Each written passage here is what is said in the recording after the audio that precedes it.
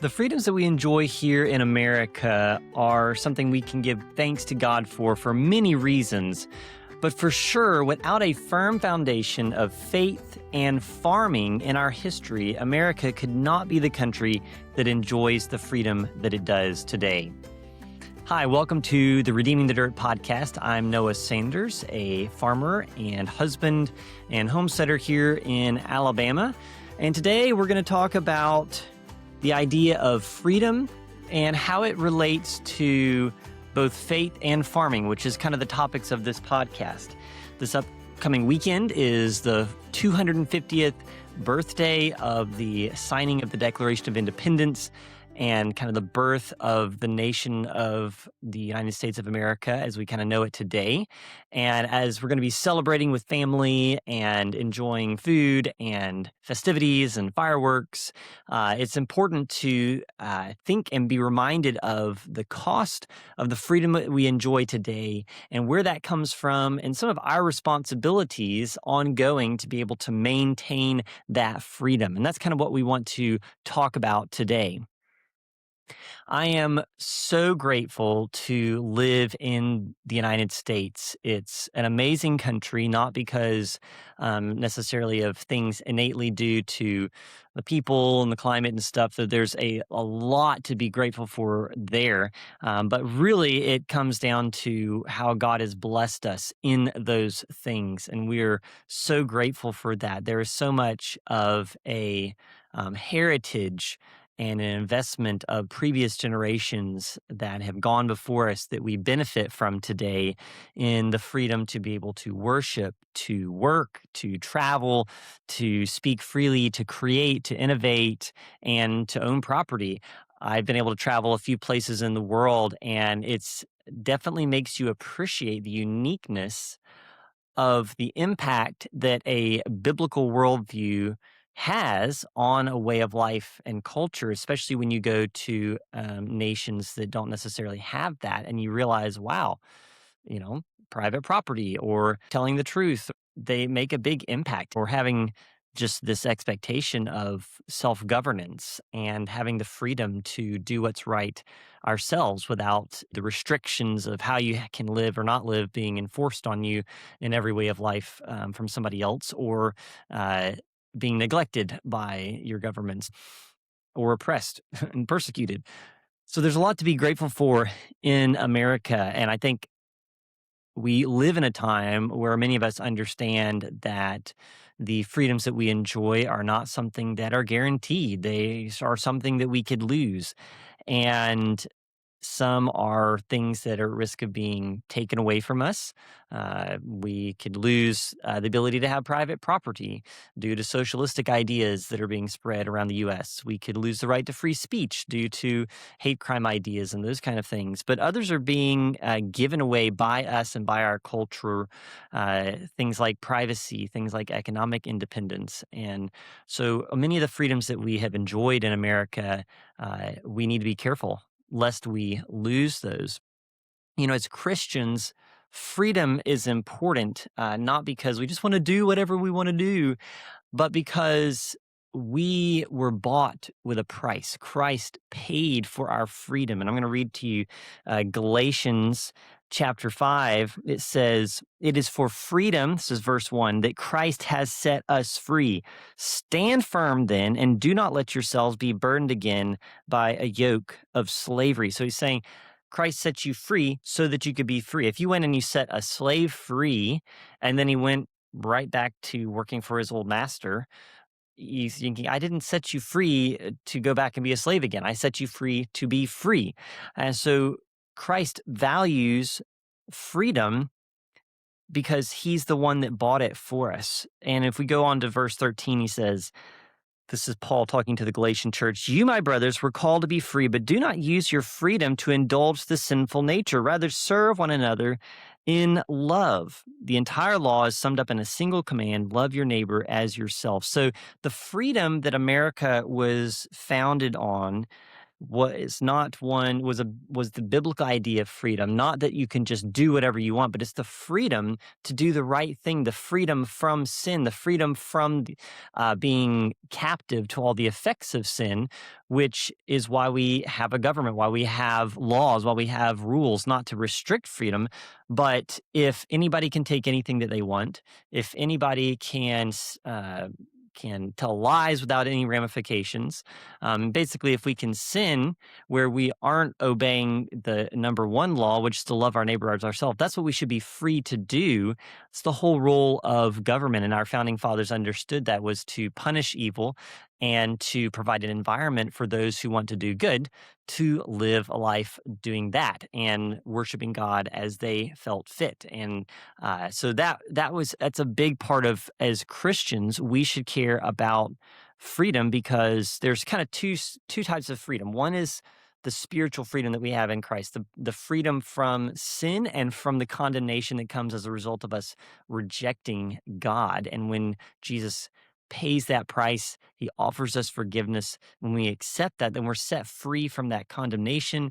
We're no longer bound to sin to have to obey it. We, by the Spirit of Christ, can live free of that. We don't have to sin anymore. We can be free through the power of God and the power of his Spirit. But there's also another freedom, the freedom economically, the freedom to, physical freedom. And there were many people in the times when the New Testament was written that were slaves. And Paul wrote to them specifically saying, you're free in Christ, live as a free person, but even you are a slave, so live freely, obeying Christ, even as a slave, honoring your master, doing well. He's saying you can live freely spiritually, even if you are in bondage physically as a slave. But he did say in 1 Corinthians, if you can be free, be free. So there is, because we have spiritual freedom in Christ, it doesn't matter if somebody enslaves us or puts us in jail, we can still be free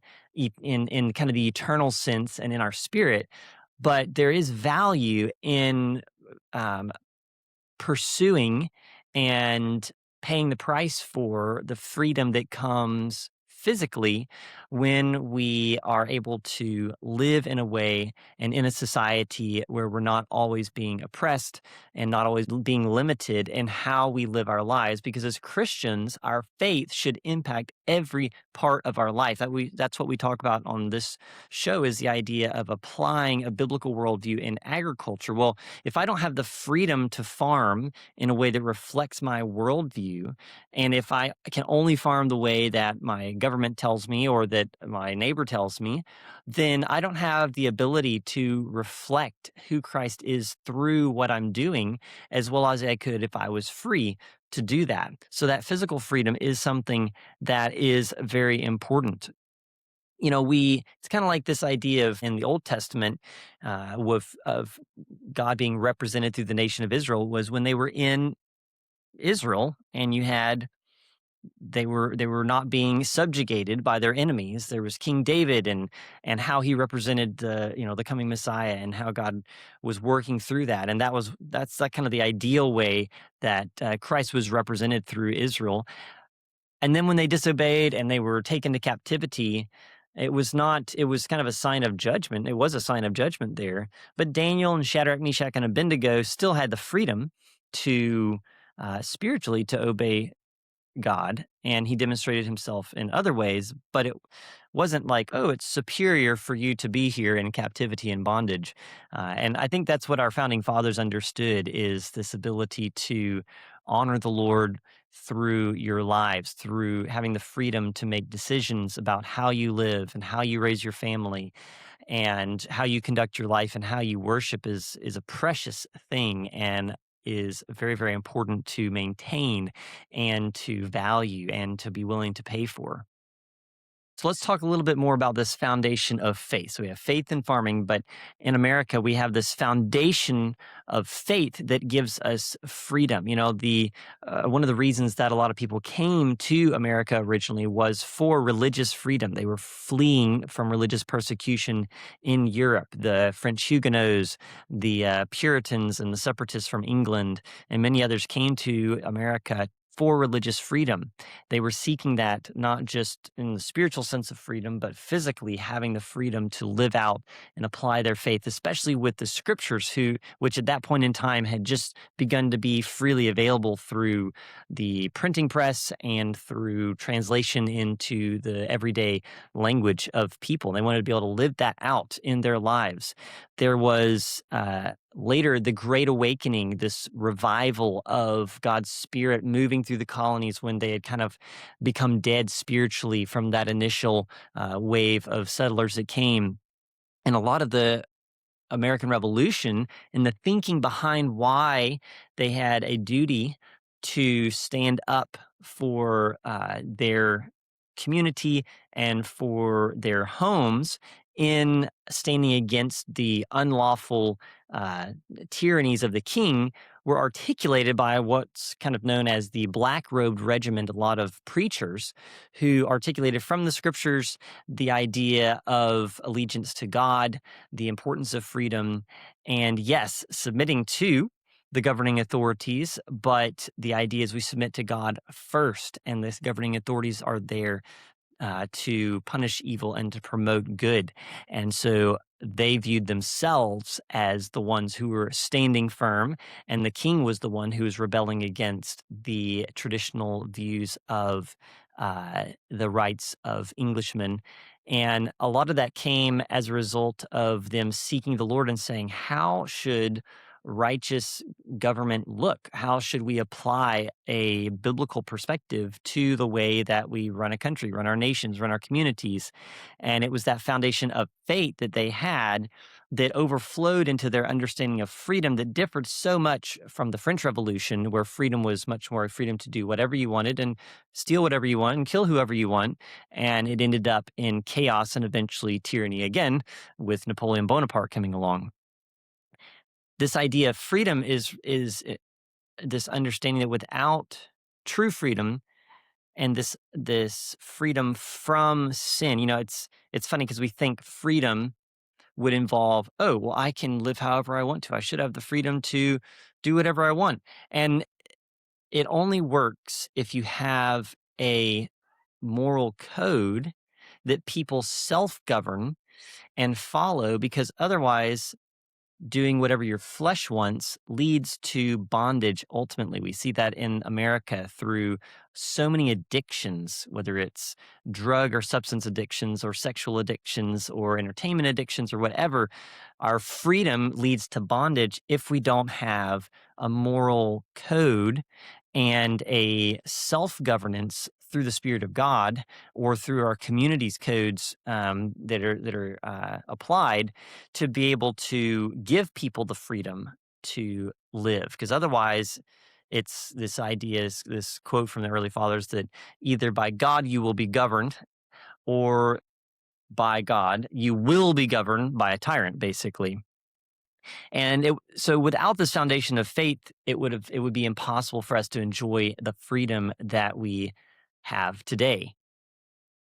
It's interesting. When I first went to Africa, I went to Zimbabwe, and at a conference there, I met a chief from Zambia. He was a Zambian king, and he made a real big impression on me because he was a follower of Christ, which is unusual for a lot of chiefs in Zambia. Oftentimes, being a chief is synonymous with being a witch doctor, but he was a follower of Christ. And during the worship services, it's amazing. He would be at the front of the conference hall, on his face, on the ground, worshiping the Lord, the King of Kings, as a king with his bodyguard sitting in the front pew. But anyways, I got to speak with him briefly a few times, and we were talking about the U.S., and he had been here before. And as I was talking about some of the challenges, that we face here, and he said, you have a lot to be grateful for in the U.S. He said, you guys have a Christian heritage as a nation. He said, they don't have that. They have a heritage of witchcraft and fear and ancestor worship. And he said, even though we definitely face challenges here, we don't need to fail to be so grateful for that Christian heritage that we have, because we don't understand what a blessing it is that, especially in light of people that don't have that. And so he really encouraged and challenged me to not fail to appreciate that and to be grateful for it and make sure that I was faithful to walk in light of that and carry on that heritage, even despite the challenges and failings that we see in our country with not living true to that. So then you have that faith foundation. Then we have the foundation of farming that was really built here in America, that was paved the way for us to be able to be the nation that we are today. The Puritans and many of the people that came from the Reformation over, they had this new idea of work being a noble and God honoring thing, this idea of calling, being sacred and not something that was to be despised or looked down on. And so many of them, the craftsmanship and the work and the farming, they viewed it as part of their worship, part of their way that they served the Lord.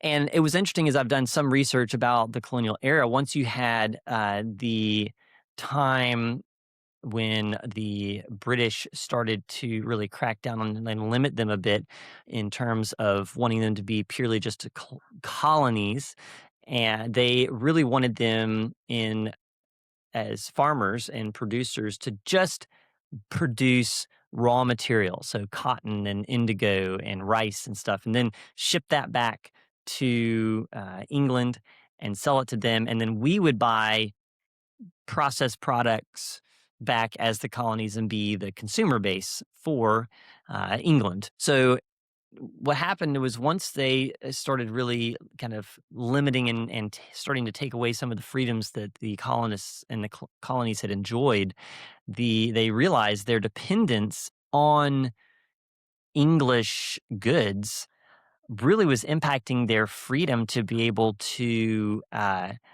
govern themselves, and that England had a great degree of power over them because they needed the stuff that they sold to them. So they ended up actually, this motivated many of them and many of the colonies to promote a lot of local production of goods that they had been buying from England. So linen was an example. They opened in many places schools to promote the idea of growing flax and making linen, and taught people the skills of that, and offered rewards for people that could produce linen and flax at home.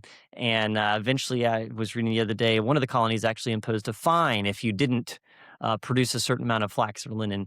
And this was because they understood how what that this idea of growing and making what you need from the land was linked to their ability to be free as communities. So the colonial idea was to grow raw product and buy finished product. And this new American way was to grow or make what you need or do without. It was, we're not going to drink tea if we're just going to either drink our own stuff or drink coffee, which from somewhere else or whatever.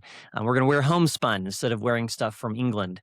And it wasn't because they didn't like that stuff. They loved tea. It was because they didn't want to be slaves. They didn't want to lose their freedom for economic comfort and security.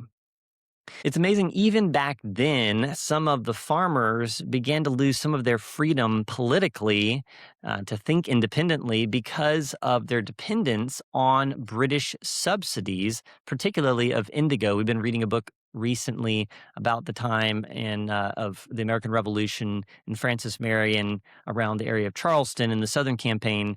And it was talking about, in this book, the indigo planters received a subsidy for growing indigo from the British government. So almost all the indigo growers were Tories or loyal to England and fought against the Patriots. And the planters who grew rice and did not receive subsidies, they were patriots, and they fought for independence. So it's interesting how even then this taking money from the government had an impact on these plantation owners. They might be sympathetic to it, but they knew they would lose a big degree of their income if they gained their independence. So they ended up being Tories. So the freedom that we enjoy today, I just want us to be reminded and remind myself as we celebrate the 250th anniversary of this independence as a nation that we have.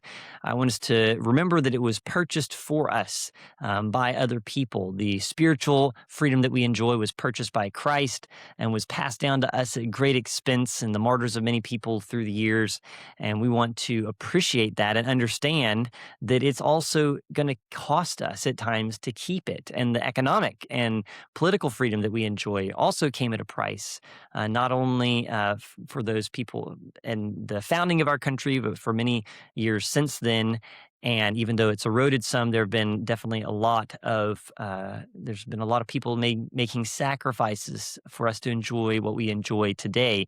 Again, politically, but also economically, our country has historically was, for the most part, entrepreneurs and agrarian communities where we grew a lot of the stuff that we, ate and used ourselves in our communities, at least what we needed for, the basics.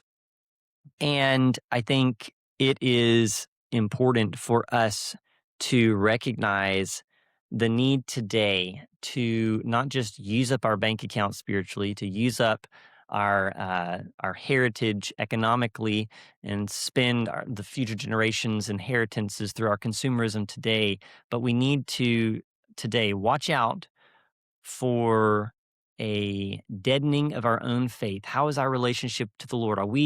Are we being good stewards of the faith and making sure that we have the fruit of the Spirit, one of which is self-control, so that we can govern ourselves and not be wanting to give away our freedom for security? And do we have a discipline and a willingness to sacrifice to push back against the pull of consumerism and dependency that will erode the economic freedom that was built that enabled our country to, in the beginning, even have its independence? The campaigns of George Washington and the other military heroes of the Revolutionary War would have been fruitless if it had not been for the economic work of the farmers producing the things that we needed to be able to separate economically from Great Britain. And as we think about what we as the church and we as Christians need to do to be free to follow Christ, even in a growing, increasingly hostile culture, we need to be able to make sacrifices and even do without, if need be, to be free from debt, to be free from handouts from the government, to be able to think, what does God want me to do? How does God want me to live? Rather than just what's allowed or what am I going to get into trouble for? And I think that's something that is going to be increasingly important in days to come. And I really want I want to be considering in my own life how to celebrate and appreciate the freedom that we have in this country and what I can do to sow forward in that, first of all, obviously spiritually, in a way that's going to have an eternal impact, but also physically in a way that's going to have an impact on my children and my descendants. A resource I would like to recommend that we've recommended before on the show here is this book, Henry and the Great Society. It was written by a pastor in the 1960s and just recently republished by my friend Rory Groves. And it really kind of talks about some of these hidden ways that we are asked to give up our freedom for security and comfort and the good things of life. And it's a very impactful story to kind of help jolt us to the dangers of consumerism and giving up the freedoms that we have just for comfort. So I'd encourage you to pick up a copy of Henry and the Great Society. You can go to their publishing company, Homeward Press. Homeward.press is the website, and pick up a copy of Henry and the Great Society. I'll put a link in the show notes as well, but it might be a great book to read together as a family to think about what are ways that you can make more sacrifices to be more free in the years to come as you press into Christ and want to live in the freedom that He set you free for. Well, thank you so much for listening today. Happy 250th anniversary of America. And as always, be humble, be faithful, and keep redeeming the dirt. God bless.